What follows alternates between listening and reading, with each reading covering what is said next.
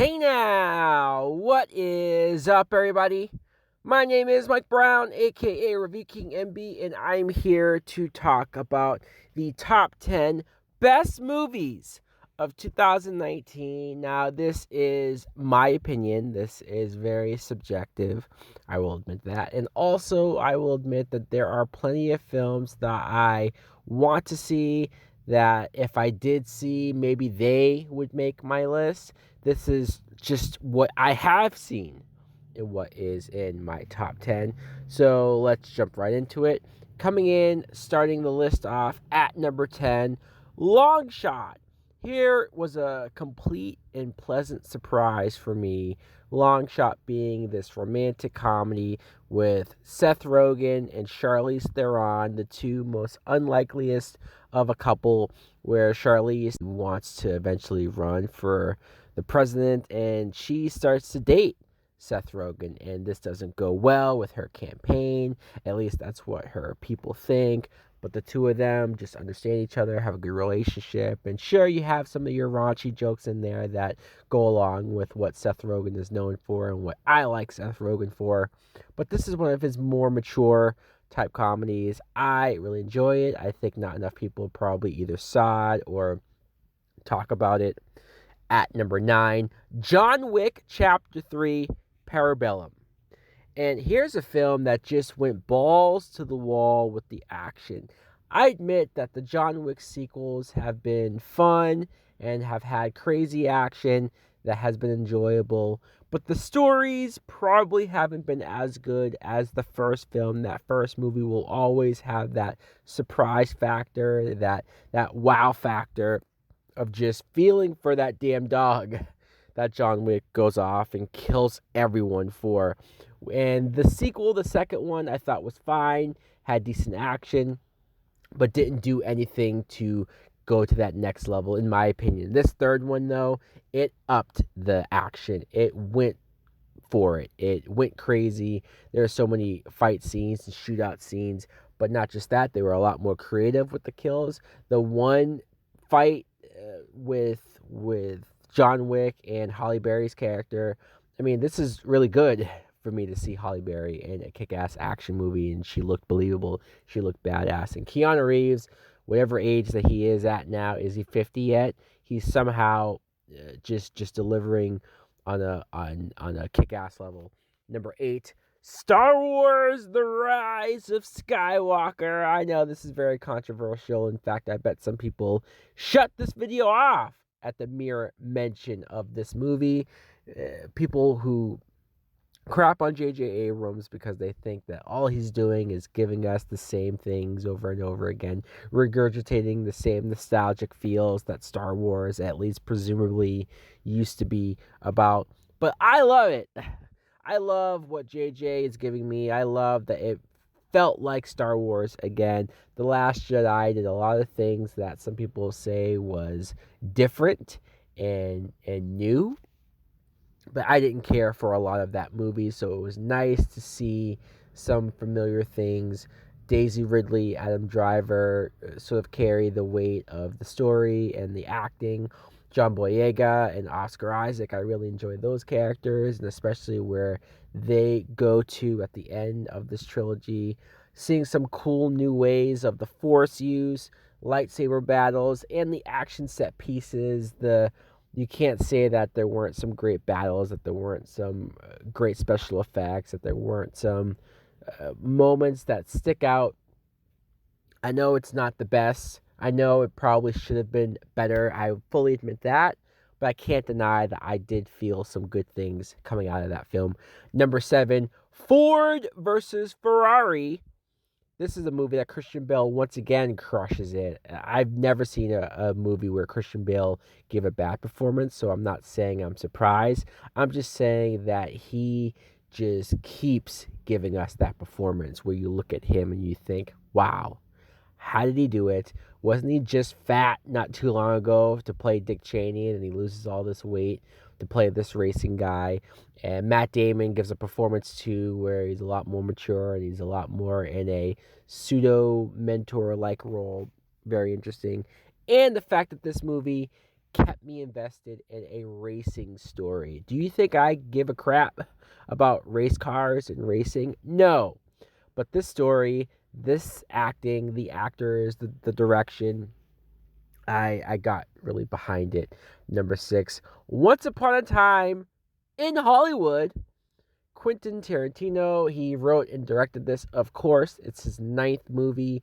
Apparently, we're getting closer and closer to his 10th and final film. It will be a sad day when Quentin Tarantino is no longer making movies, because there is something about his style, something about the tone of his films, something about the way that he likes to deliver his stories. There's a lot of dialogue, there's a lot of character building, there's a lot of scenes that some people might say, do you really need this? And then it ends up playing later on into various other moments and scenes. And I think DiCaprio gives an amazing performance. Of course, once again, not a surprise, but he is so layered with this actor character who is so insecure, so just unsure of where his career will go, can go, if he's capable, if he's talented enough. Even with his amount of success, he's constantly freaking out over whether or not he can get these type of roles, maintain these type of roles, and whether or not, like that one scene where he's freaking out over forgetting his lines and he yells at himself just over and over again in his trailer and demeaning himself, threatening to kill himself if he does not get this scene right. It's good stuff. Brad Pitt as his stunt double. I liked how his character too had a bunch of layers to him, and you still don't really know if he killed his wife or not. And then the scene, the action scene, the fight scene with Bruce Lee was cool, and the Manson stuff, the Manson family event clouding this whole movie. You wondered how it would address the situation. Having Margot Robbie play Sharon Tate, were they going to go for it? Were they going to show the horrific event? Number 5, Fighting with My Family. Yes, this is very high on the list, but this is truly one of the most underrated films of the year. More people need to see this. Yes, it's a wrestling movie. Yes, it's about WWE. And yes, it was produced by WWE Studios. So you have many reasons to have doubt. You have many reasons to think, why bother? But this, I thought, was a breath of fresh air. It's the story of Paige, the real life wrestler from England who fought her way to being in the WWE. You see her journey through NXT. I thought, for somebody who is a fan of wrestling like I am, knows some of the in and outs of the business, I think this movie had a lot of honesty going on there. But also, you don't have to care about wrestling. You don't have to like wrestling to appreciate this person's journey, what this person had to go through to get to where she got. Florence Pugh is a star in the making. I mean, this is the first movie where I recognized her and took note of her. I've seen her in a bunch of movies since this, and I still think that she's been consistent with each and every film that she's in. Number 4, Joker. Some people might have this at the top of their list, and I wouldn't blame them. Todd Phillips, somebody that you might know from comedies, Old School, and The Hangover. Yeah, he gave us some funny films, but this is a whole new take, a whole new style. Very dark, very just gritty and real and sad in a lot of ways. But I love the way that Gotham, yes, this is Gotham City, how it looks and how it's shot, and Joaquin Phoenix giving a one-man show, let's be honest. Yes, there are other people in this movie who are very good, Zazie Beetz, for example, or Robert De Niro. They all give some really good performances, but Joaquin Phoenix is who you follow, who we see through and through. He is sad, he is tortured, he is damaged on so many levels, but he can be sympathetic, but then he turns. So many bad things happen to him. So many lies are put on this poor guy, and then he snaps and he puts on the clown makeup. He becomes essentially the Joker, or at least a version of the Joker. Yes, there is some Batman mythology sprinkled throughout this film, and we don't know what the future might be, if there will be a sequel, or if they are ever going to do something spinning off of this, but either way, I think this movie, as a standalone experimental type film, I think the experiment worked. I think whatever we can do with these villains, with these comic book villains, if we can tell their story, tell their origins in a convincing way. I'm still somebody who thinks that a Joker origin was never needed, never necessary, and I still don't particularly care for the idea of it. I can't deny just how good this movie just came out. Number 3, Toy Story 4. Wow. Just wow. I have this so high on the list because I never thought this could work. I really loved the first 3 Toy Story films. When it was announced for a fourth one, I said, no, you're just going to ruin it. It's a bad idea. It's not going to work. It's a cash grab. And then I saw the movie. Because yes, you saw the trailers of certain characters like Key and Peele, or the character Sporky that I thought I would hate, but I actually felt for him a little bit while watching the movie.